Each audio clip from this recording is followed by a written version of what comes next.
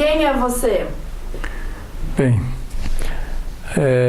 eu sou, sei, uma complexidade, mas enfim, José Carlos Corrêa Leite, nascido numa pequenina cidade chamada Iperó, no interior de São Paulo, próximo a Sorocaba, e nasci no dia 20 de novembro de 1948. Quer dizer, lá se vão as décadas. Mas desde os anos 70, devagarinho assim, por nada, eu fui me tornando Zeca. E acabei, durante boa parte da minha profissão, que eu sou jornalista, eu acabei sendo Zeca, assinando Zeca, e assumi esse segundo nome.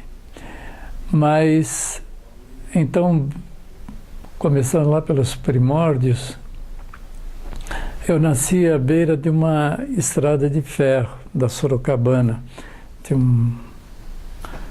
Tinha uma estação ali, a nossa casa, daí tinha um escadão assim que dava ali por uma parte inferior assim da cidade, que é onde tinha a estação e todo o movimento de trens, de pessoas, ali era um entroncamento importante, então havia muita vida, e eu acho que muito disso também ficou, lógico, acaba ficando na gente, né?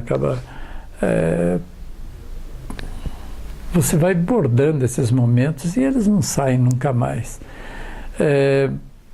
Depois, eu deveria ter uns 6 anos de idade, minha família mudou-se para Sorocaba e foi onde eu passei minha infância e juventude. E daí em Sorocaba foi onde eu entrei no primário, e ali no primário comecei a ter um gosto pelas letras de uma maneira assim natural, nada forçado, e também nem forçado nem influenciado, porque vinha de uma família bastante humilde, e eles não tinham assim, eles não tinham um preparo, alguma coisa para te dizer, olha, tal caminho é esse, outro é aquele, assim, no sentido de profissão, o seu gosto pela letra, de valorizarem, olha, você, que legal, então faça isso, faça aquilo, leia tal livro. Não tinha livro. O que tinha, quando criança, eram gibis, que aliás todo mundo lia. É uma pena que hoje as pessoas não leiam.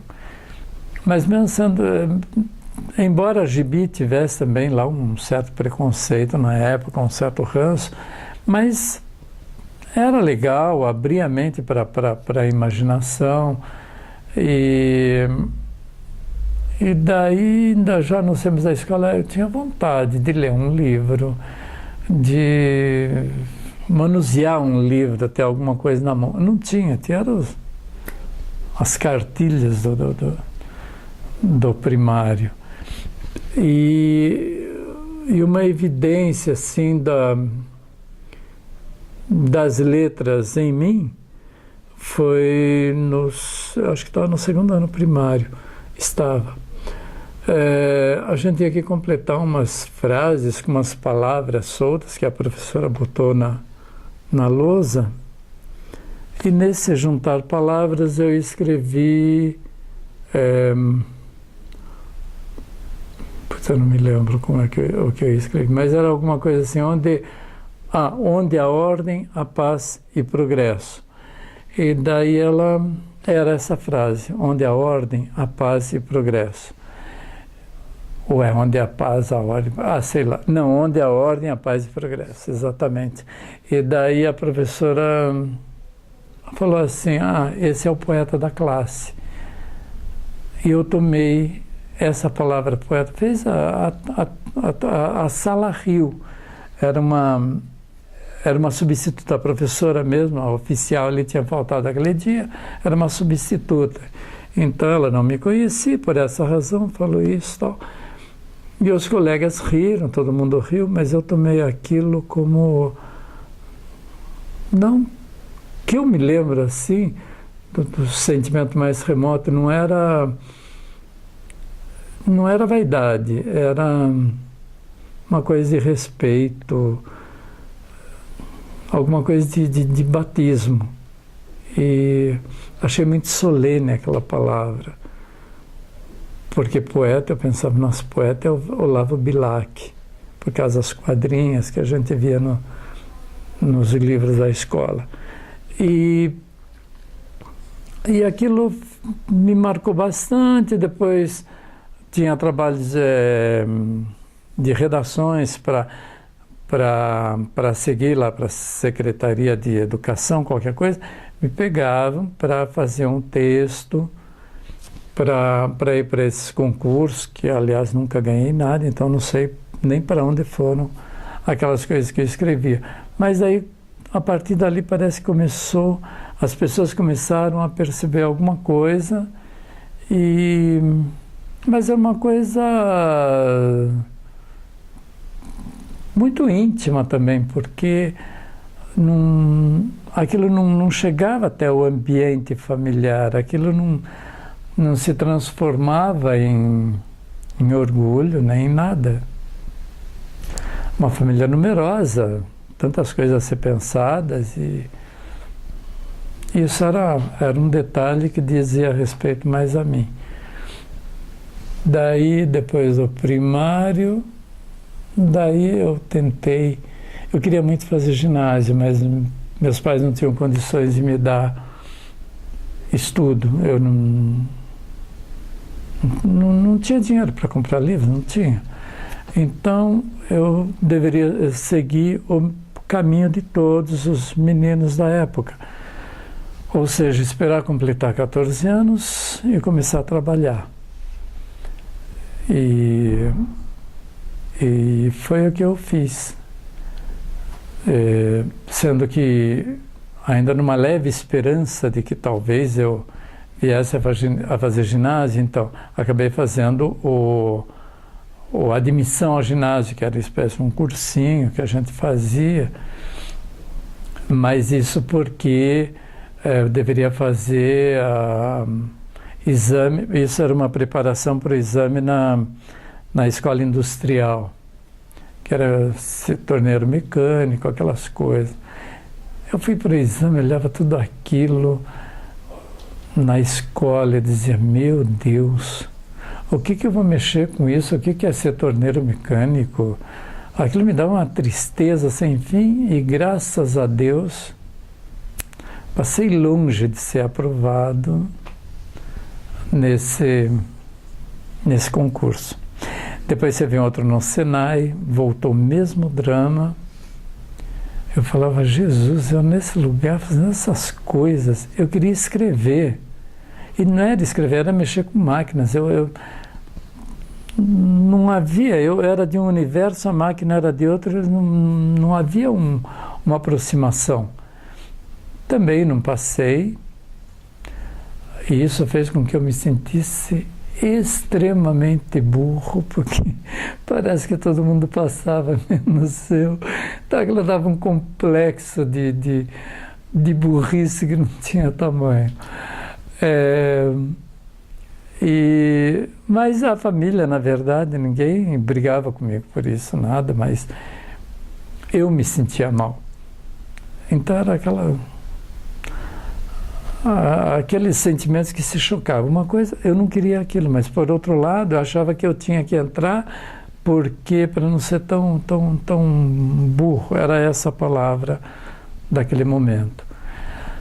Aí não passei em nada, fiquei esperando completar então os 14 anos, e daí assim que eu fiz 14 anos, entrei trabalhar numa fábrica de tecidos na Santa Rosália. E eu comecei a trabalhar no dia 25 de junho de 1963, em pleno inverno. E entrava às 5 horas da manhã. A princípio, 3h30, 20 para 4, horário que eu acordava, tal, para sair um pouco mais cedo, porque a fábrica era longe. E com o tempo, daí tá, às 4 horas da manhã eu levantava religiosamente para ir para o trabalho. Em 63 comecei na fábrica. Em 64 eu comecei a estudar, fui fazer aquilo que eu queria. Fui fazer a admissão ao ginásio. Na fábrica eu trabalhava na tecelagem. Era uma fábrica muito grande, onde chegavam o algodão chegava cru e saía tecido, então tinha várias fases, né? Várias sessões assim de beneficiamento do algodão até a transformação dele em tecido. E eu trabalhava na tecelagem. No meu setor tinha 967 teares. Quando entrei lá, aquele barulho, aquela coisa, aquilo ensurdecedor, eu pensei, meu Deus, onde eu fui cair? E depois, tentando já ter uma visão das coisas, falei, eu vou estudar.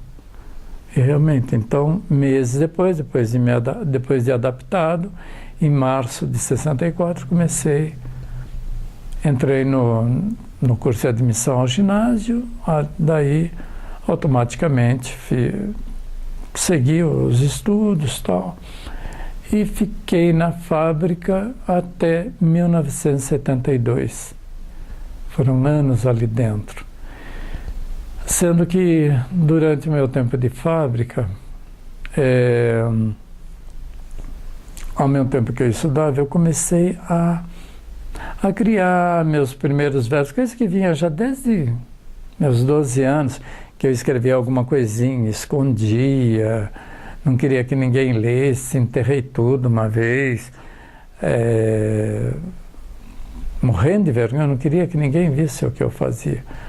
Mas daí, já adolescente, comecei a escrever uma coisa e outra, tal, inventando meus poemas. E em 1969, teve um grande festival de poesia, o primeiro festival regional de poesia, lá em Sorocaba. E foi um sucesso muito grande, acho que mais 600 participantes. Era para ser na região de Sorocaba e as cidades próximas, mas acabou entrando São Paulo, São José do Rio Preto, que ficava muito mais longe. Acabaram todos entrando nesse evento, nessa promoção aí. E eu entrei com alguns poemas e fui classificado em segundo lugar, o que foi um choque quando descobriram que o segundo lugar era uma pessoa que trabalhava na tecelagem da fábrica, equivaleria, sei lá, a ser um servente pedreiro, alguma coisa assim. O fato de ser operário era uma coisa assim muito simples, muito rudimentar, então ninguém esperava que dali saísse um poeta ou alguém que fizera, um autor que fizera aqueles versos. E o poema premiado foi E a Porteira Bateu. E a Porteira Bateu é título de um livro, tem uma trilogia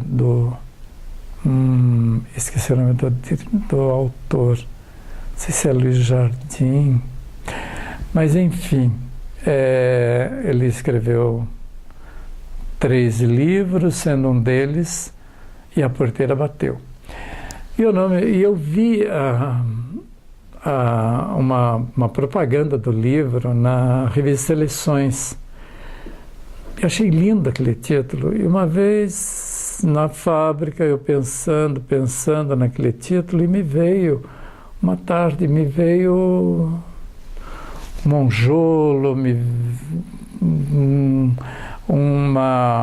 como se fosse uma senzala, apareceram muitas imagens.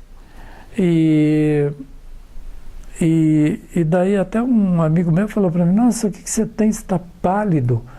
Eu falei: eu acho que o santo baixou, porque estou vendo todas as imagens de um poema que eu quero escrever. Não sabia como escrever.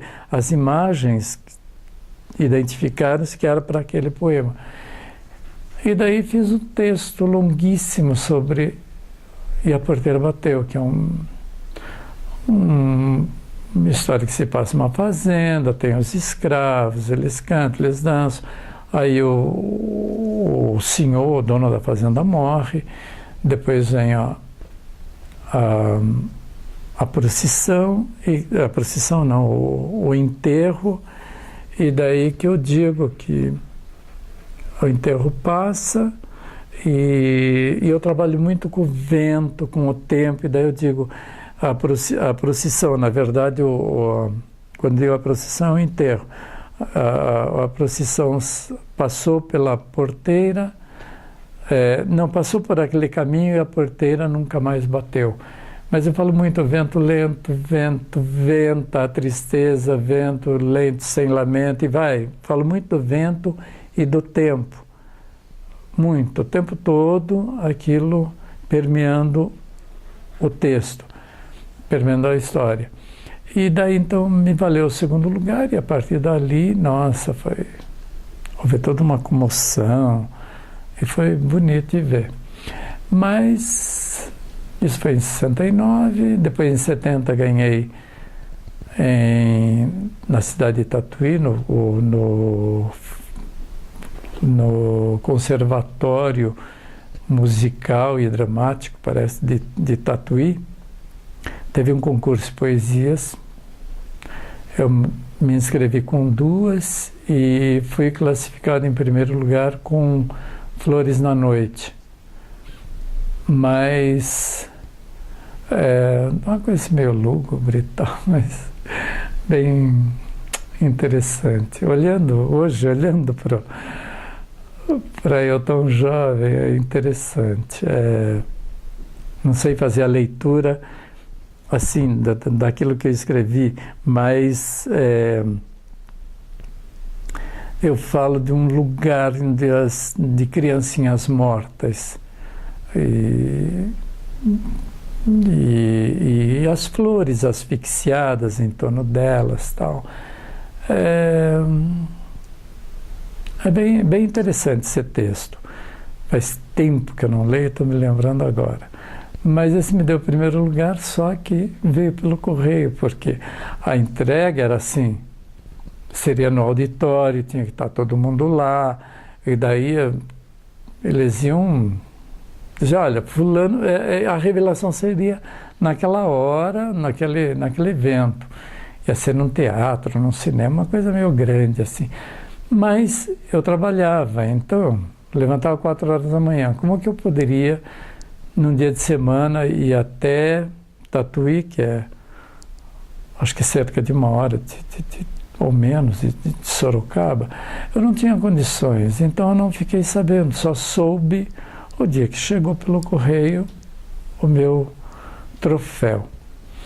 Aí, no ano seguinte, também teve na Faculdade de Direito, aí fui classificado em 10º lugar e em 5º lugar, com 2 poemas.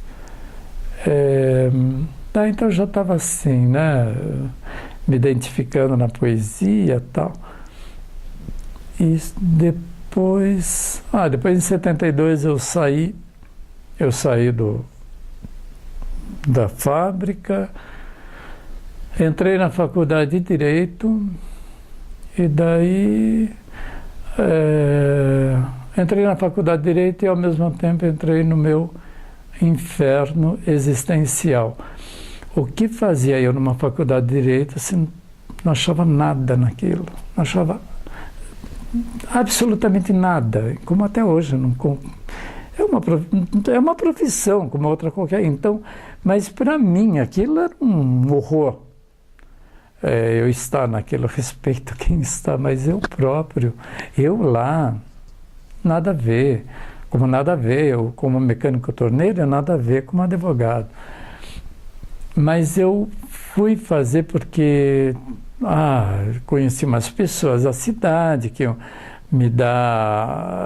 me arranjaram bolsa de estudos da faculdade, porque conhecia pessoas influentes. Embora toda a minha existência ainda fosse num extrato social assim, muito bem pobrezinho, mas tinha essa facilidade de conhecer pessoas de outros níveis. E sendo que também nunca houve nenhum drama. Eu sempre circulei pelos ambientes de uma maneira muito tranquila, tranquilíssima. Então, daí essas pessoas me arranjaram, não, vai fazer direito, tal, que a gente te arranja isso e aquilo, e livros, não precisa comprar nada. Então lá fui eu, por puro medo de sair de Sorocaba e procurar o jornalismo. E daí comecei a ter crises psicológicas, uma coisa assim muito louca, daí que eu descobri que eu estava tendo fuga psicológica, eu não podia ver caderno, não podia ver livro, eu dormia. Uma vez, eu num ônibus, uma garota do lado, uma colegial, folheando um caderno, aí sumiu tudo.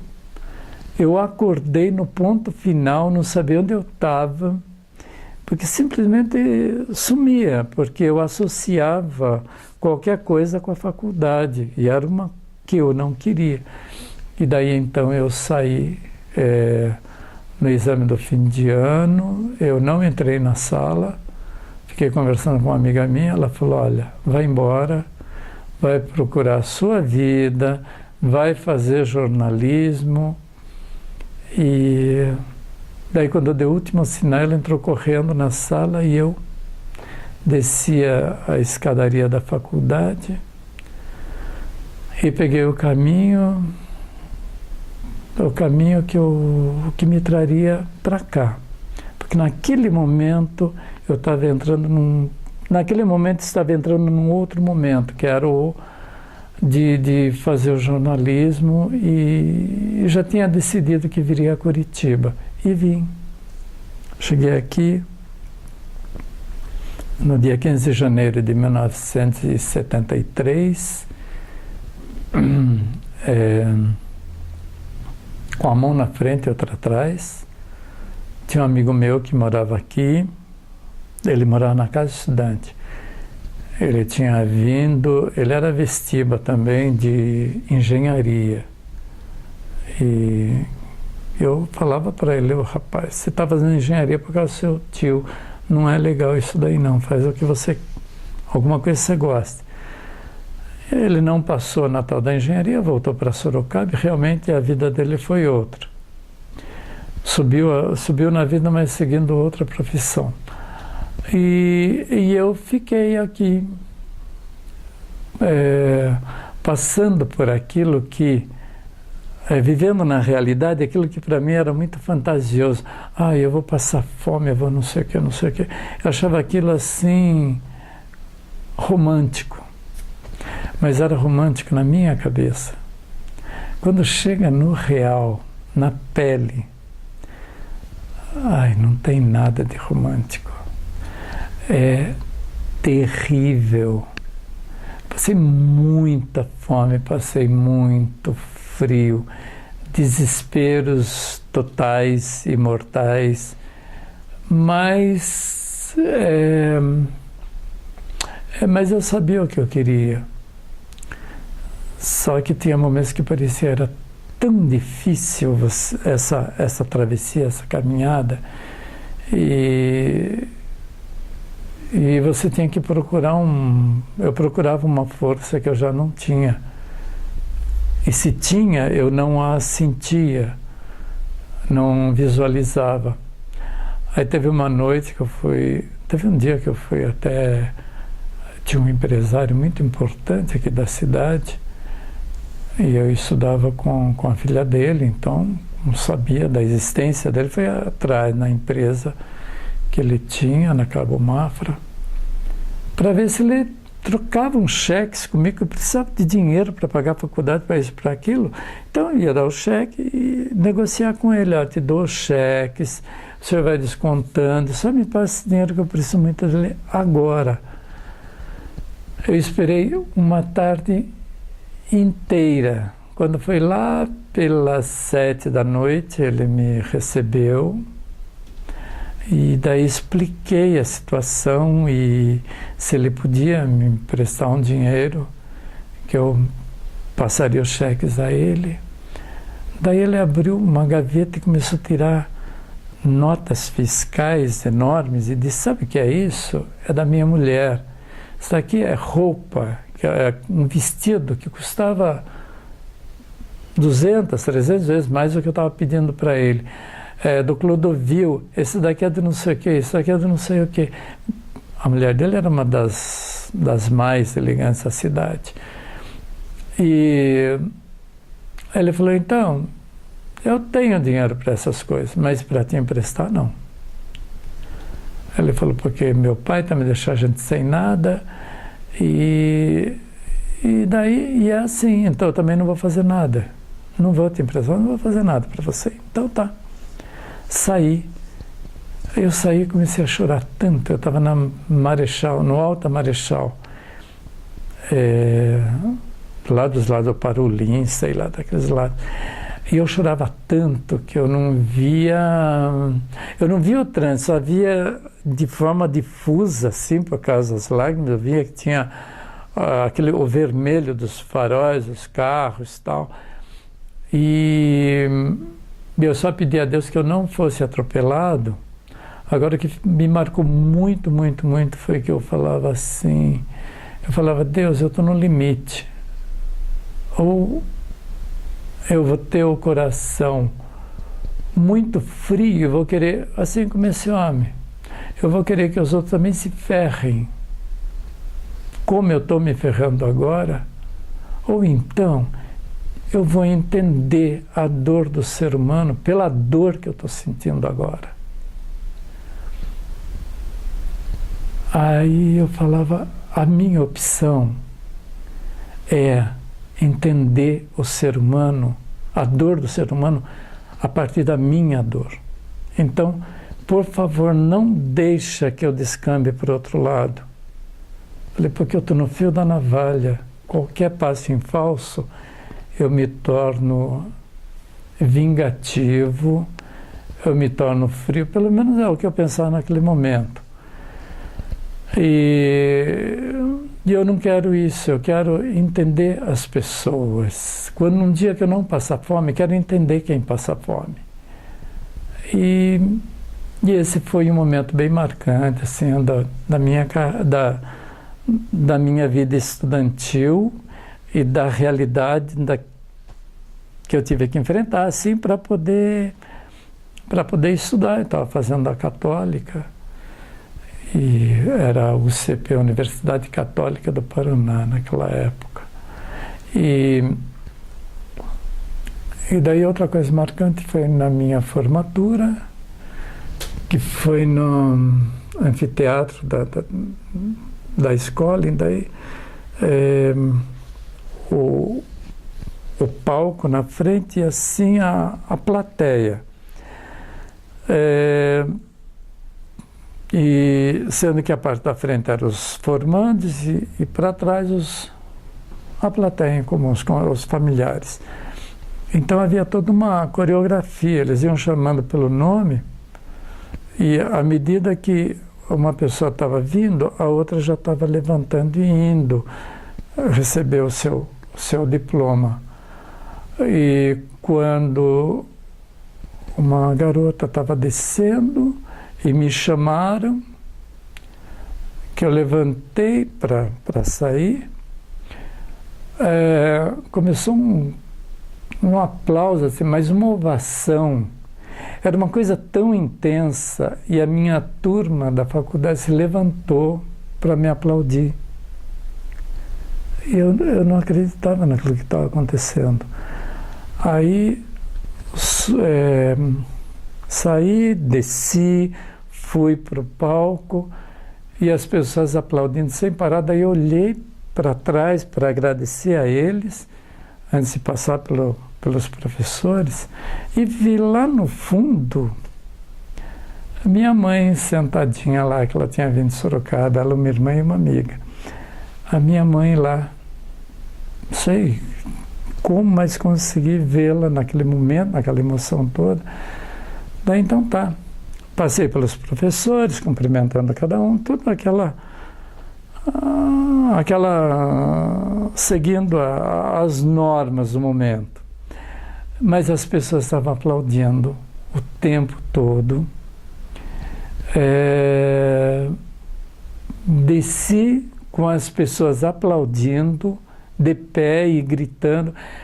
E eu pensei assim, meu Deus, quanta gente sabe que eu sou tão duro. Me veio assim como se os colegas, cada um tivesse contado para a sua família, que eu passava muita dificuldade para estudar, e não por isso o resto da plateia também estava aplaudindo, porque estava contente de me ver ali. Só que ao invés, no corredor do meu, ao invés de eu entrar e voltar para o meu lugar, eu fui até a parede oposta, subi pela lateral e fui levar o canudo para minha mãe. E agradeci a ela, porque falei que ela estava se formando naquele momento. Porque ela que durante quase 9 anos, era aí por 15 para 4, ela levantava para fazer café para mim, ela me acordava. E adolescente você tem muito sono, então para acordar era muito difícil, eu tinha muito cansaço. E ela me pegava no colo como uma pieta, pegava assim, ficava assim, passando a mão no meu cabelo e dizia: ai, como gostaria de ter dinheiro para você não levantar essas horas para trabalhar.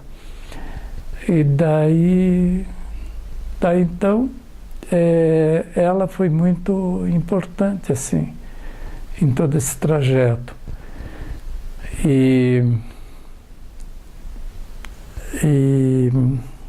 que eu ia falar daí? Bem, ela teve toda essa importância. E daí então dei para ela o diploma, porque realmente, que no momento não era diploma, era um canudo lá simples. Mas o diploma era para ela, os aplausos eram para ela, e foi muito marcante isso na minha vida. Depois comecei no jornal, no Correio de Notícias, quando o Correio ainda nem existia, um belo jornal que foi o Correio de Notícias, foi lindo. Durou pouco tempo, mas o tempo que durou foi um jornal muito lindo, nossa.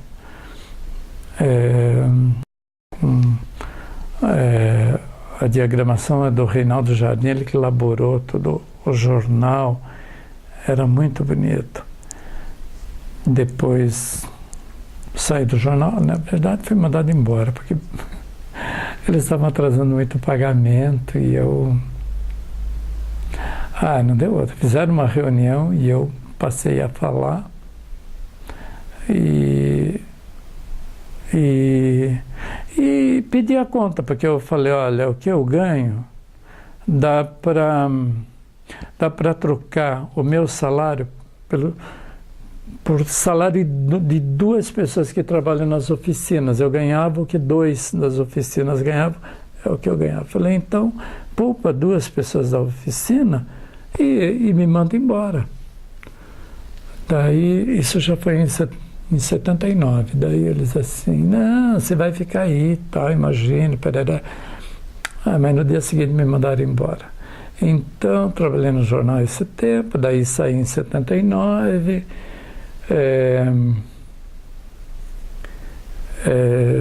depois entrei na Secretaria da Saúde, na assessoria de imprensa, e começou um outro momento da minha vida. Mas no tempo que eu fiquei no jornal, no Correio de Notícias, eu comecei pela policial, foi uma coisa pavorosa. Eu não gostava de policial. Nossa, quantas vezes eu chegava no jornal chorando pelo que eu via aí na cidade, as mortes. Eu não entendia aquilo. E teve uma manhã de sábado, era uma manhã gostosa, bonita. Fomos todos num riozinho. Ai, meu mal é esse, eu não sabia o nome das coisas. Mas era perto ali do Campo do Colorado, perto da Secretaria da Saúde, tinha um riozinho que passava por lá. E tinham jogado uma criancinha, um recém-nascido, na água. Afogaram a criança. E daí então estava lá o Corpo de Bombeiros, rádios. Na época, muitas rádios faziam cobertura, os jornais, a imprensa movimentava-se muito. A gente ia atrás das coisas. Estava todo mundo lá, e daí um soldado do Corpo de Bombeiros entrou na água, que era aquela água rasinha, e pegou a criança, um menininho cabeludinho, cabelo bem preto, veio com aquela criança como se estivesse dormindo, carregando assim.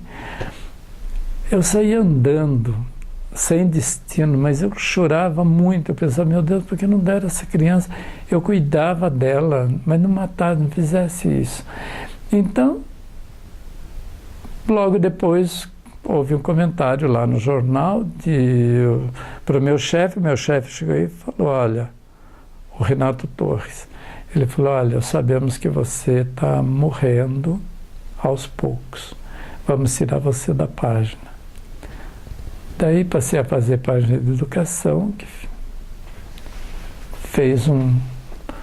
teve uma repercussão bastante boa. Eu vinha saber que era através de professores, que era uma página muito lida nos cursinhos. Os professores mostravam a página como para dar exemplo disso, daquilo, usavam a página de educação. E o que era, para mim, foi muito gratificante, muito, muito, muito, muito. E numa dessas vezes, daí já no final de ano, teve o vestibular, sendo que nesse ano foi uma experiência que fizeram. Os vestibulantes tinham que tirar nota 5, o mínimo era tirar 5 em redação. Então, quem tirasse menos que isso não prosseguiria nos exames. Então, o vestibular começou em novembro. Em novembro ou dezembro. Todo mundo fazendo, foi um dia de redação. Então, os 20 mil candidatos fizeram a redação. Aí, dali, quem tirasse menos que 5 já estava fora fora do páreo, né, para continuar tentando os seus cursos lá do vestibular. E eu cheguei para o presidente da comissão de vestibulares. Ele estava esperando um carro em frente à universidade ali para sair, ali na reitoria, e eu falei para ele, o nosso jornal já montou uma publicação, porque na época saíam publicações assim de quem passou, tal, saía um jornalzinho extra, né? E eu falei, olha, o nosso jornal já preparou uma edição extra, já estão as propagandas de cursinho, já está tudo, só tem um espaço para colocar, eu não lembro, eu não sei quantos mil candidatos eu falei. Então, E daí, mas eu falei de uma maneira tal que ele falou assim, não sejam tão otimistas. Digamos, era 20 mil candidatos, eu falei, então estamos ali tudo preparado para botar 15 mil nomes. Aí ele falou, não sejam tão otimistas. Eu falei, como assim? Não sejam tão otimistas. E foi para o carro. Aí eu fui para a redação e escrevi, serão mais de 10 mil os reprovados, levando-se em conta pelo que ele falara. E isso virou a manchete do jornal. Serão mais de 10 mil os reprovados. Foram 12 mil e não sei quantos reprovados. Então, ficaram 8 mil para fazer o vestibular, para continuar fazendo o vestibular em janeiro. E isso criou uma comoção violenta na cidade, o jornal esgotou, tiveram que rodar uma segunda edição no mesmo dia, 9 horas da manhã, foram acordar o pessoal das oficinas para voltar para a redação, porque os ônibus de banca queriam jornal e não tinha nem para remédio. Então, rodar a nova edição por causa daquela manchete. E deu toda uma confusão. O pessoal do Positivo, meu Deus, um professor queria me matar. Mas foi o que aconteceu, e isso daí foi como um prêmio para mim dentro do jornalismo. Depois eu saí do jornal, daí entrei na Secretaria da Cultura, Secretaria da Saúde, fiquei vários anos. Daí, no governo Richa, José Richa, ele criou a Secretaria Extraordinária de Assuntos Comunitários, que depois iria ser Secretaria do Trabalho. E daí eu fui convidado a ser assessor do Dr. Bonfim, que era o secretário. E daí eu fui assessorá-lo. A princípio eu falei não quero não. Eu falei, não quero ser assessor assim. Falei, eu vejo tanto chumbo, tanta coisa feia que acontece nos bastidores.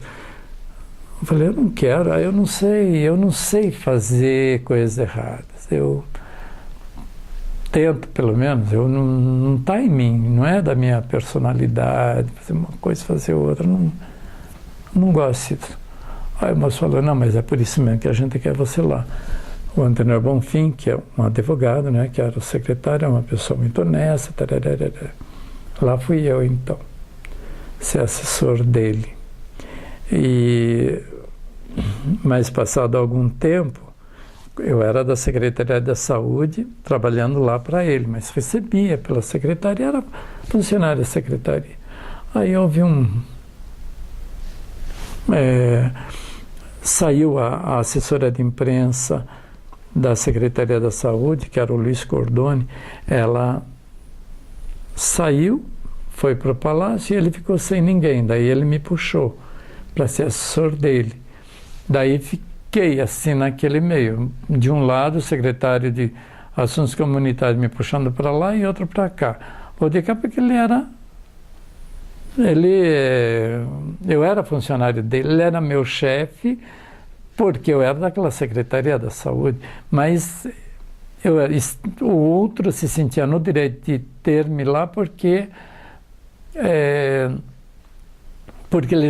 o colega já havia me liberado para trabalhar com ele. Então, ele falou, olha, agora eu tenho uma confiança nele, não posso trocar ele por outra pessoa. E fiquei eu trabalhando em 2 secretarias ao mesmo tempo, o que eu achei uma coisa péssima, não pelo desgaste físico, mas emocional. Nessa época, estava tendo muito desemprego, estavam saqueando supermercados, virou moda na época, saquear supermercado, E eu falei disso, falei, olha, eu estou pegando o lugar de uma pessoa, eu quero que em algum lugar tem que botar alguém, eu não posso ficar cobrindo 2 secretarias, ocupando 2 lugares e pega um jornalista e botou aqui, vai sobrar espaço para botar outro no lugar daquele e assim cria-se todo um movimento. Falei, então, mas enfim, continuava nessa confusão. E daí aconteceu de um funcionário, subordinado a mim, no caso, da Secretaria da Saúde, ele saiu numa sexta-feira de fevereiro, na primeira sexta-feira de fevereiro, ele saiu, oi, tal, Jerônimo, até segunda-feira, então. O cara apareceu na segunda-feira, no início de março.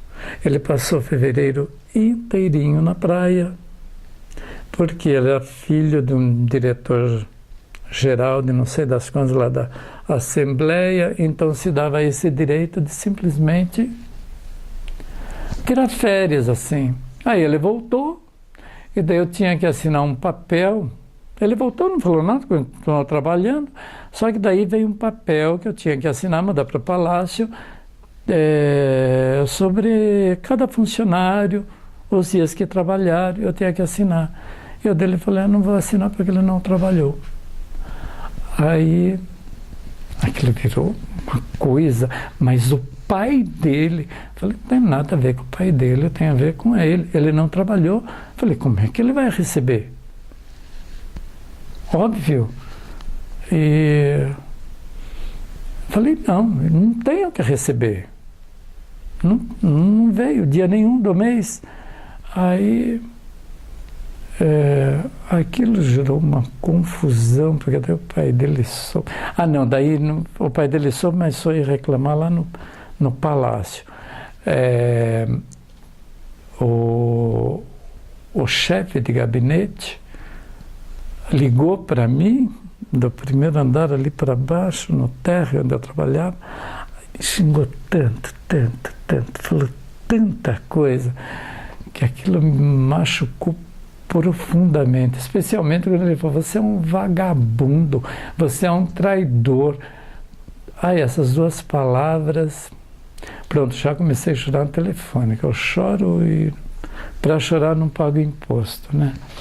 Aí comecei a chorar, desliguei o telefone e subi. Daí ele tinha um fulano lá, não pode entrar na sala dele. Falei, mas eu vou entrar. E fui atravessando portas e cheguei lá no cara. Cheguei e falei, Hélio, eu estou aqui para mostrar para você que eu não sou traidor, que eu não sou vagabundo. Eu estou chorando na sua frente. Eu estou chorando pelo que você disse. E falei, eu não vou mais ficar aqui. E o secretário não estava lá. Daí, no outro dia, quando o secretário apareceu, eu falei, olha, ele disse que eu sou traidor, então ele mexeu com o que eu tenho de mais digno, eu não tenho mais como ficar aqui. Quebrou-se a confiança. Daí fui trabalhar na Secretaria do Trabalho. E estava lá na Secretaria do Trabalho, quando um dia o Nilson Monteiro falou para mim, ligou de Londrina, que eu tinha conhecido ele anos atrás, falou, olha, abriu uma vaga na Folha de Londrina. Daí eu tinha um namoro com a Folha de Londrina, eu adorava a Folha de Londrina, já tinha feito trabalhos para Folha de Londrina, mesmo sem ser funcionário. É mesmo, desculpa, só voltando, falando sobre a Folha de Londrina.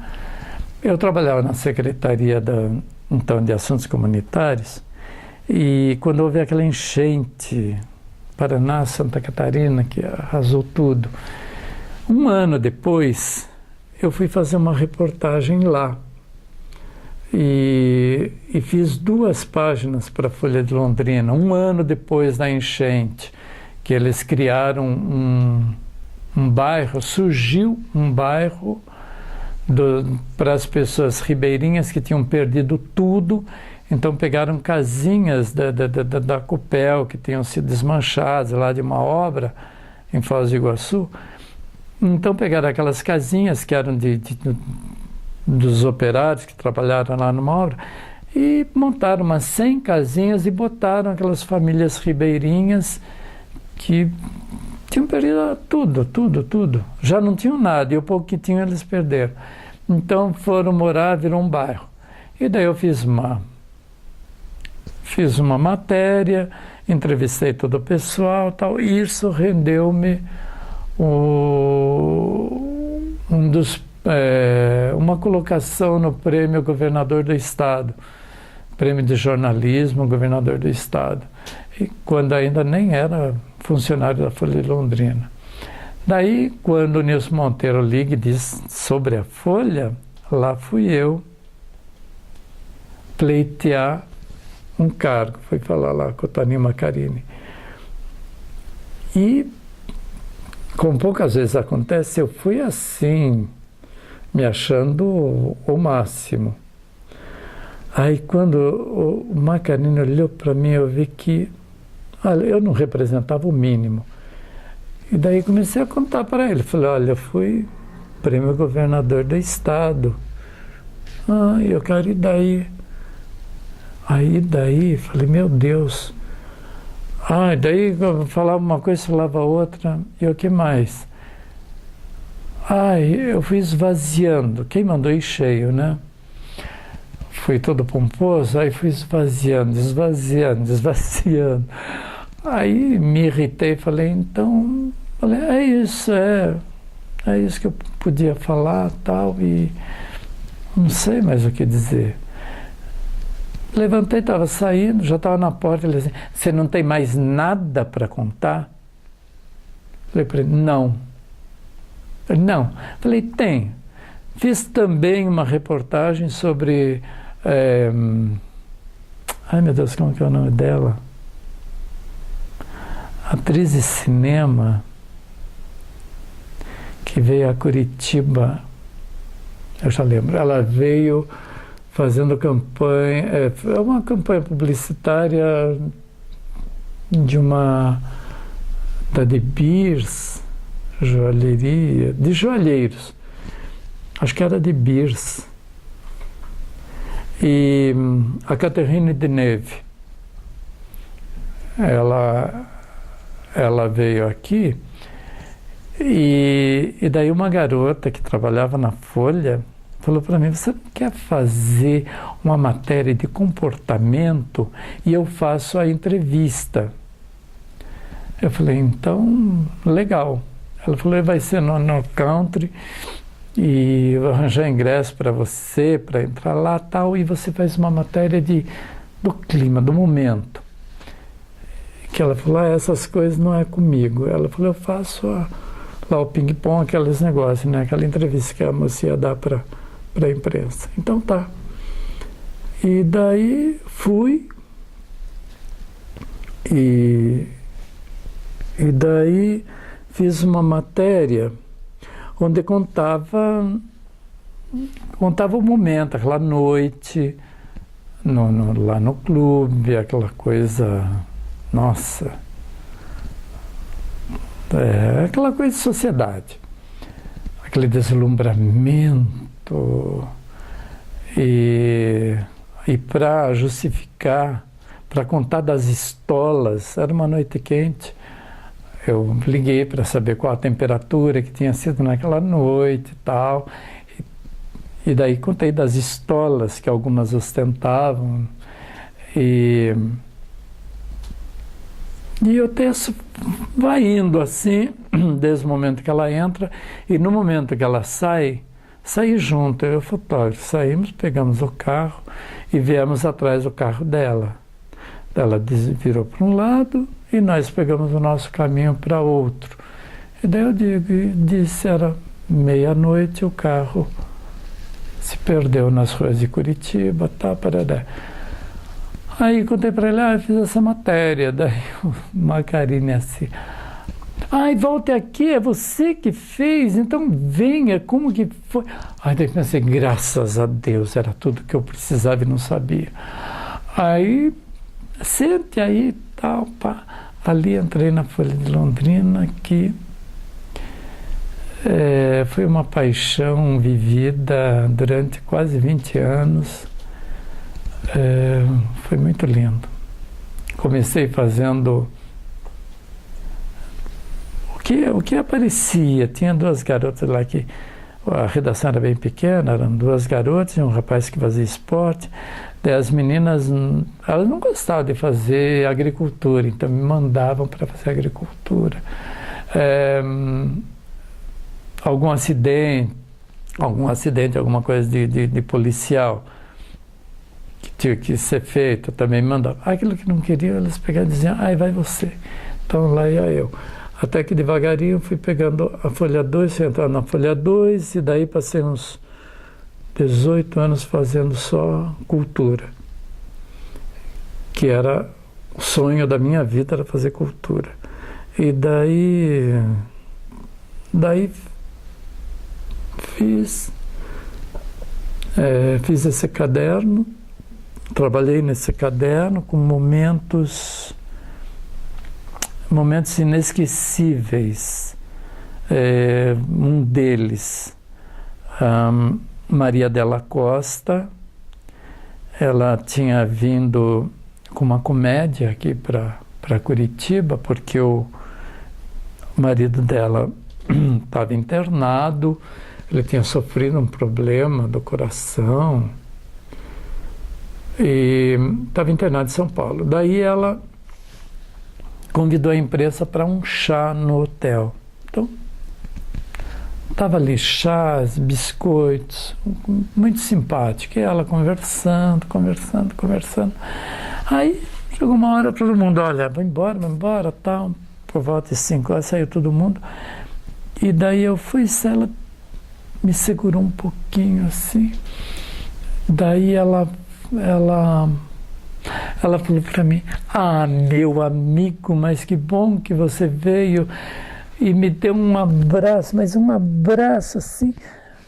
Para cá estavam as pessoas da produção do teatro sentadas assim, e só eu e ela ali. Daí ela me abraçou e colocou o rosto dela aqui em mim, abraçou e começou a chorar.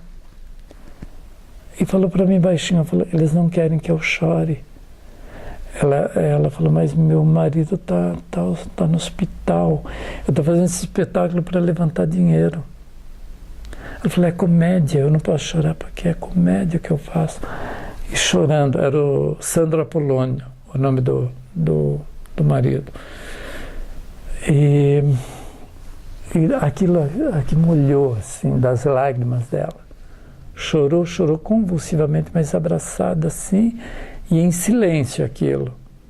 Quando ela desfez o abraço, meu amigo, que bom.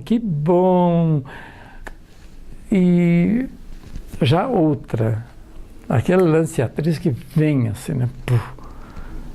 Toda alegre, toda feliz, ninguém percebeu nada, mas aquilo para mim foi calor fundo.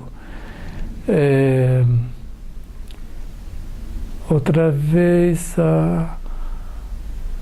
estava no Hotel Araucária uma noite e a Fernanda Montenegro ia dar uma entrevista para o Canal 12, para o Erivelto.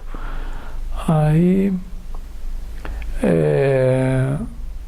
daí ela estava sentadinha assim numa cadeira, sozinha, e ela estava tão com ela mesma que eu fiquei sem graça, com vergonha de quebrar aquele momento dela, porque ela me parecia tão cansada.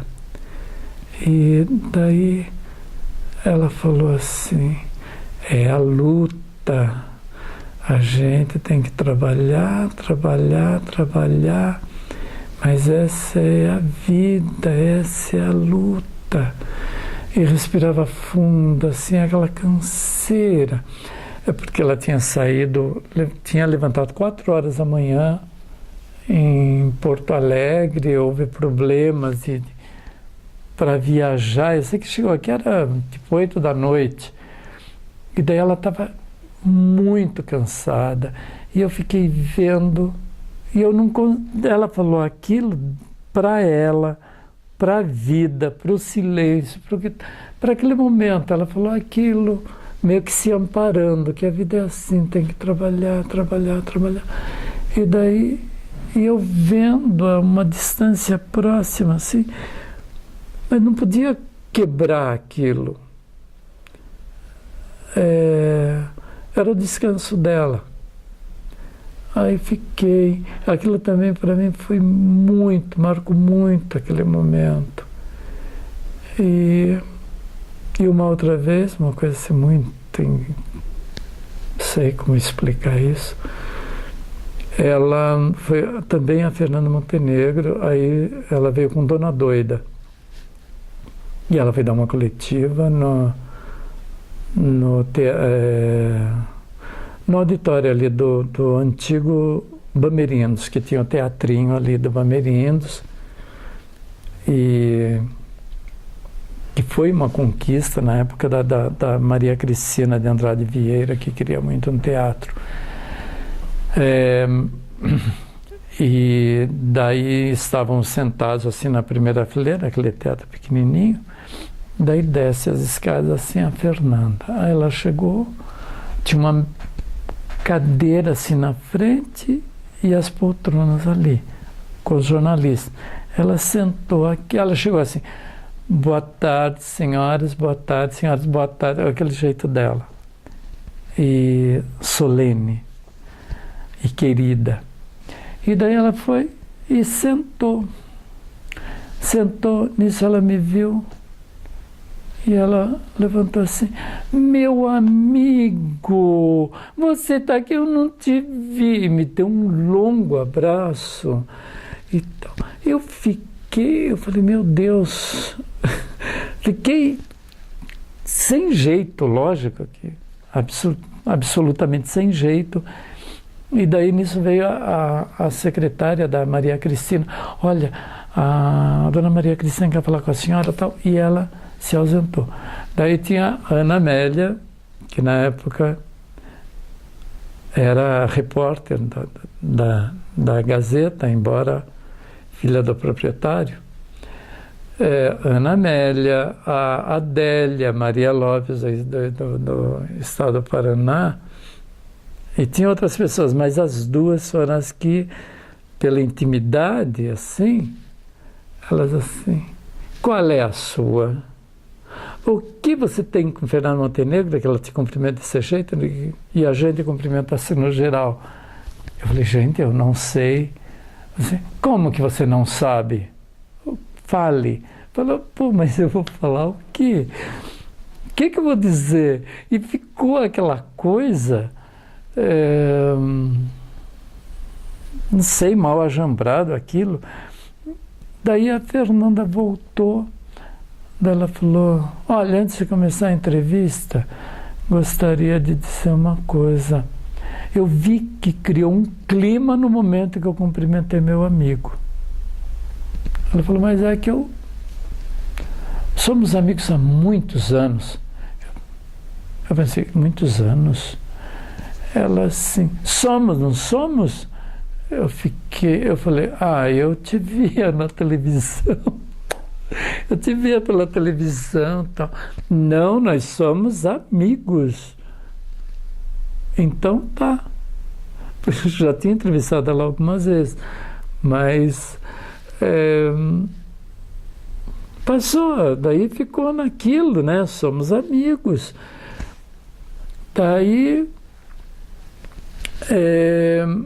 Daí aconteceu dos 50 anos de carreira dela, que teve uma exposição itinerante e tal, e veio para Curitiba, e que foi no memorial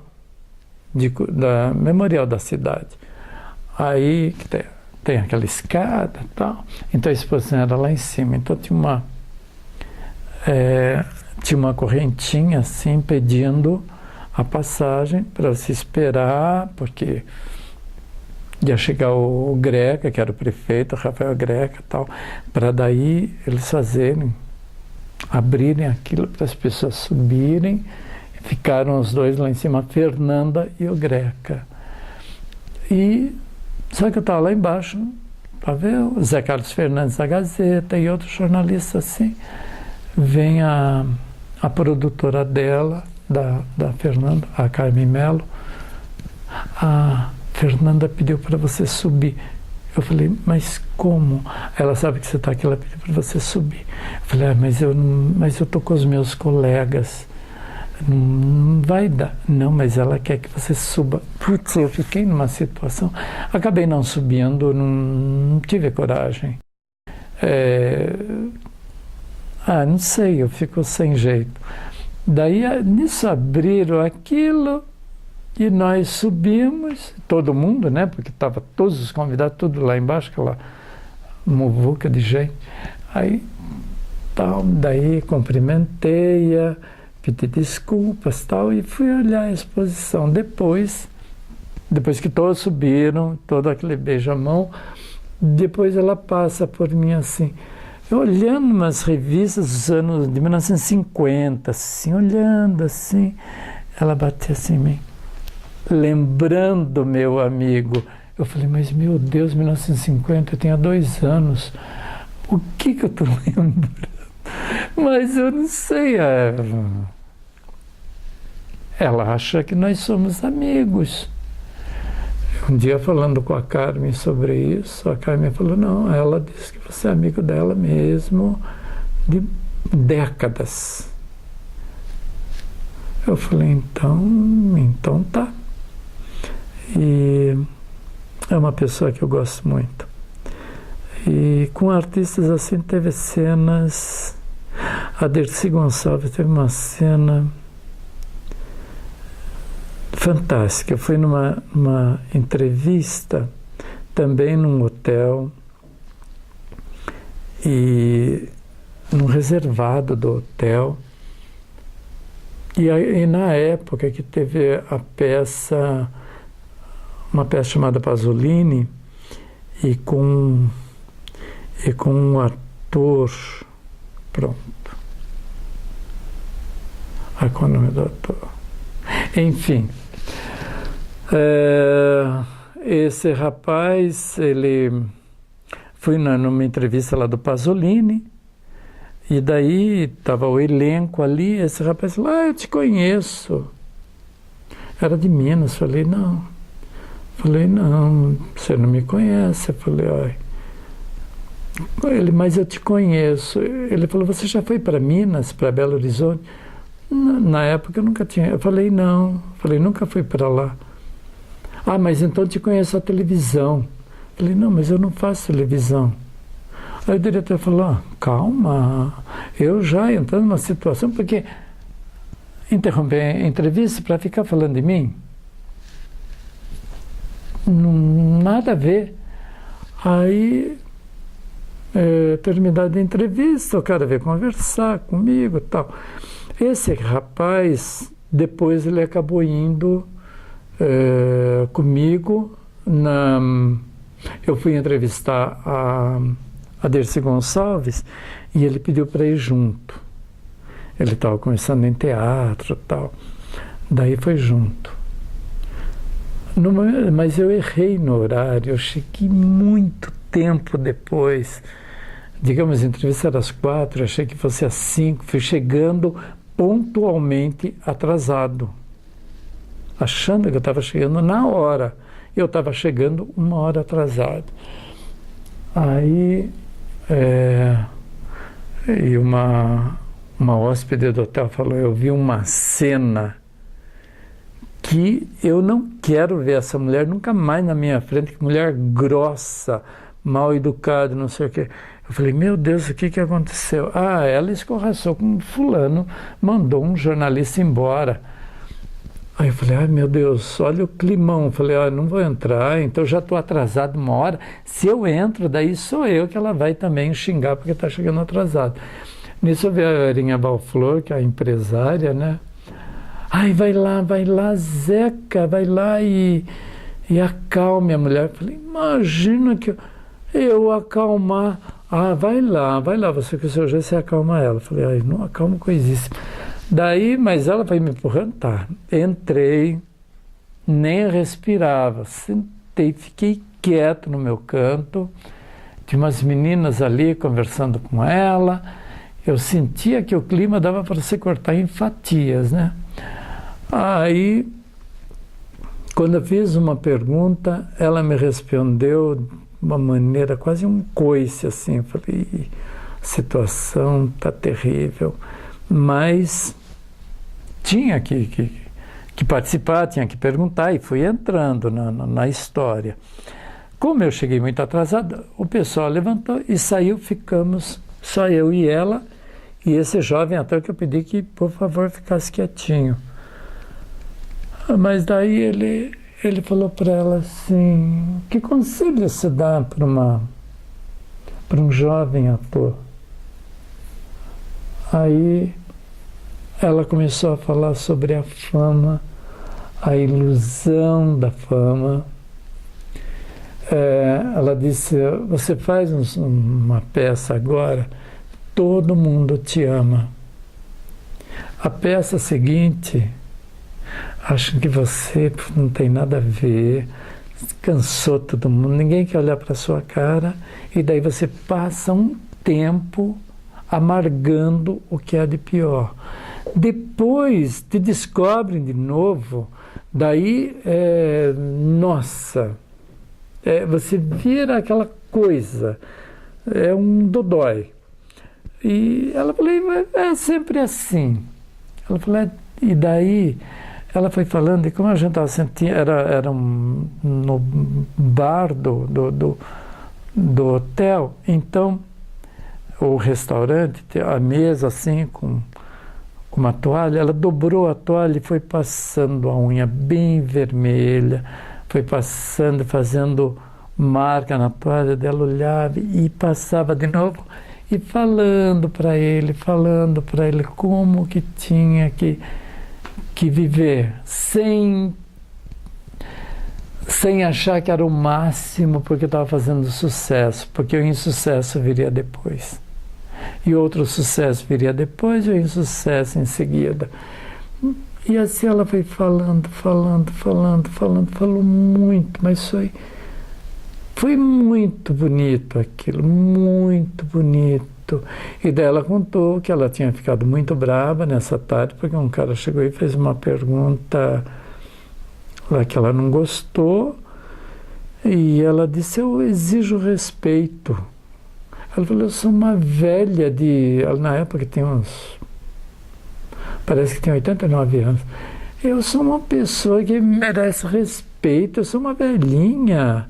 Ela falou, eu falo besteira no teatro porque as pessoas pagam para ouvir besteira. Ela falou, então, eu estou falando porque eles pagaram para ouvir. Falou, mas saindo dali, me respeitem. Não gosto de palavra, não gosto disso, não gosto daquilo, saindo do teatro. E aquilo foi muito lindo. Pena que esse ator viria fazer... Depois, não vi mais. Quando eu vi, estava na Globo, sucesso na novela das 8, Super Galã, e acabou matando a filha da autora da novela. Foi uma coisa muito... Guilherme de Pádua.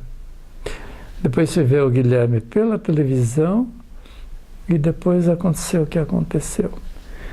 E essas coisas assim, tudo, o jornalismo, a Folha de Londrina me possibilitou.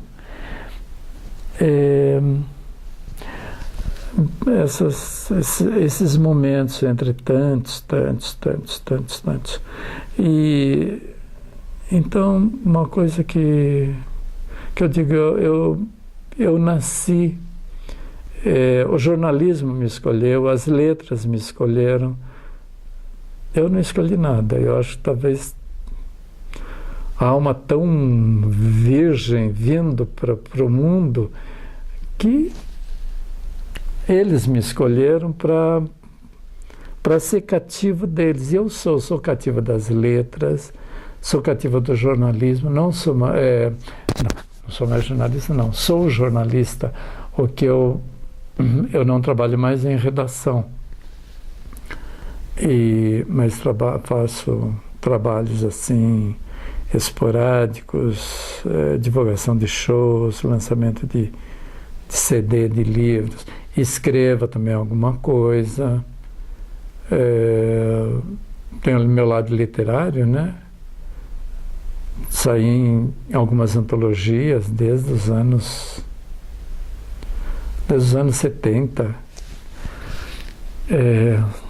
O primeiro foi Feiticeiro Inventor, que eu vivo não. O primeiro foi Asilo de Surdos, que eu vivo procurando, não acho por nada nesse mundo. Que rodamos na gráfica da Católica, uma vez que os padres viajaram, no 7 de setembro, eu e mais 3 amigos da Casa de Estudante rodamos esse livrinho, Asilo de Surdos. Depois participei do Sala 17, que aliás fomos na Sala 17 da Católica, o Antônio Tadeu Wojciechowski organizou um grupo para ir na Sala 17. Aí quando saímos daquela sala, fomos falar de poesia e tal, e eu lá naquele meio. Mas daí quando saímos, ele falou, puxa, poderia ser feito um livro. Que nome a gente daria para esse livro? Eu falei, Sala 17. Falei para falar, e ele achou legal, e daí surgiu o movimento Sala 17, livro Sala 17. Depois participei do Reis Magros, depois com o grupo Sala 17. Depois eu saí do grupo, daí eu fiz, porque daí veio o Sangracio. Eu falei para ele, não queria entrar no Sangracio, não entrei, porque eu queria focar num livro só meu. Aí eu fiz Domingos José Vai à Festa, um livro de contos e crônicas, e que daí, pela bondade do Dino Almeida, da Nadiege, eles contataram o Poti, que morava no Rio. O Poti fez ilustrações do meu livro. Imagina, o outro não tinha dinheiro nem para escrever o livro, quanto mais para ter Poti no livro. Ele fez a capa, fez as ilustrações, uma coisa assim, muito linda. Depois do Domingo Já Vai à Festa, eu saí no Feiticeiro Inventor, onde tinha a Colodi, tinha acho que Leminski, um bando de gente. Depois, depois o que eu saí mais? Saí em livros assim. Daí eu fiz, vamos ver. Daí saí numa antologia, nova antologia brasileira, editada no Rio de Janeiro. Eu descobri por acaso, eu mandei os poemas lá para a organizadora. Nunca mais se vê notícia. Um dia, na Fundação Cultural, tinha uma livraria, eu folheando um livro ali, falei, meu Deus, eu estou aqui. Ali tem tem um bando de gente lá e tal, e eu lá no meio. Daí eu fui convidado um dia para escrever por uma atriz. Eu falei, mas eu não sei escrever para teatro. Ela falou, eu faço meus poemas. Mas se você fizer poemas femininos, tal, que eu posso falar. Então comecei a escrever poemas para a atriz Silvana Santos. Que daí se transformou no livro 500 Vozes, que daí se transformou, foi feita uma adaptação para teatro, um monólogo, o 500 Vozes.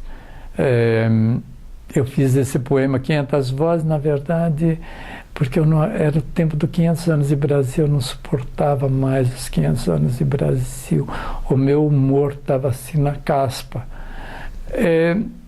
pombas, você fazia uma coxinha, essa coxinha é pelos 500 anos. A pessoa fazia um risco na parede, isso daqui é uma pintura dos 500 anos. Fazia um disquinho, esse disco é pelos 500 anos. Não tinha nada a ver com os 500, mas eles diziam que era 500 anos. Tudo era 500 anos. Eu falei, meu Deus, eu não estou suportando mais isso. Falei, vou escrever o meu 500 também. E daí fiz o poema. Se as 500 vozes que cantam dentro de mim, não sei o que, e escrevi um texto de uma louquinha, meio doidinha, que tem esse coral de 500 vozes dentro dela. E daí resultou num livro, 500 vozes, um livro, todos os textos na voz feminina, e que se transformou numa peça de teatro que teve... levou de 7 indicações para o Gralha Azul, levou 6 naquele ano. Inclusive, melhor espetáculo do ano, melhor atriz, melhor texto, e assim afora. Depois eu vim a fazer um livro de lendas indígenas, que é o Lenda das Águas, que são poemas mais aqui do Brasil, do Amazonas e não sei o que eu recolhi essas lendas, né, pesquisando pela internet, recontando com as minhas palavras, não mudando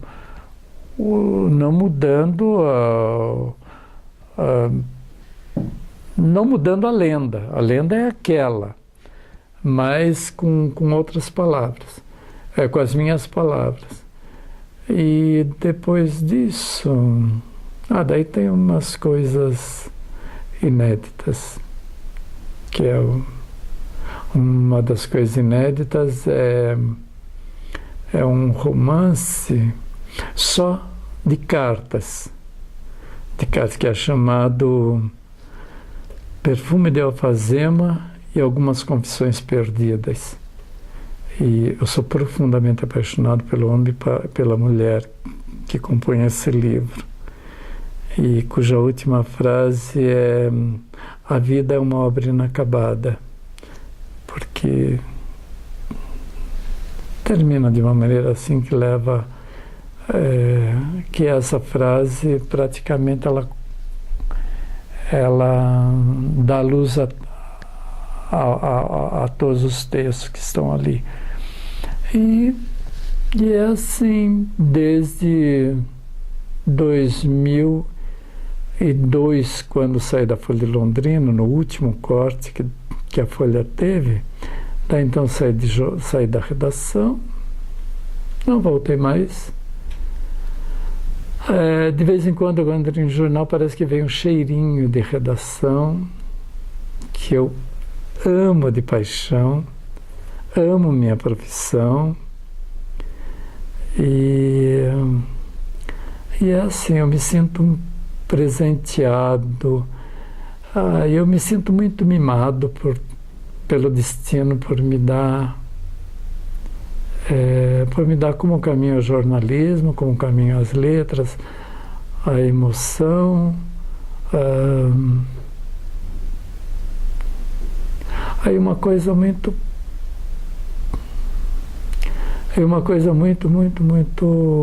profunda, um negócio que eu tenho, talvez nem transpareça, que é um profundo afeto pelo ser humano, pela vida, e que se estende pelo silêncio. E é isso.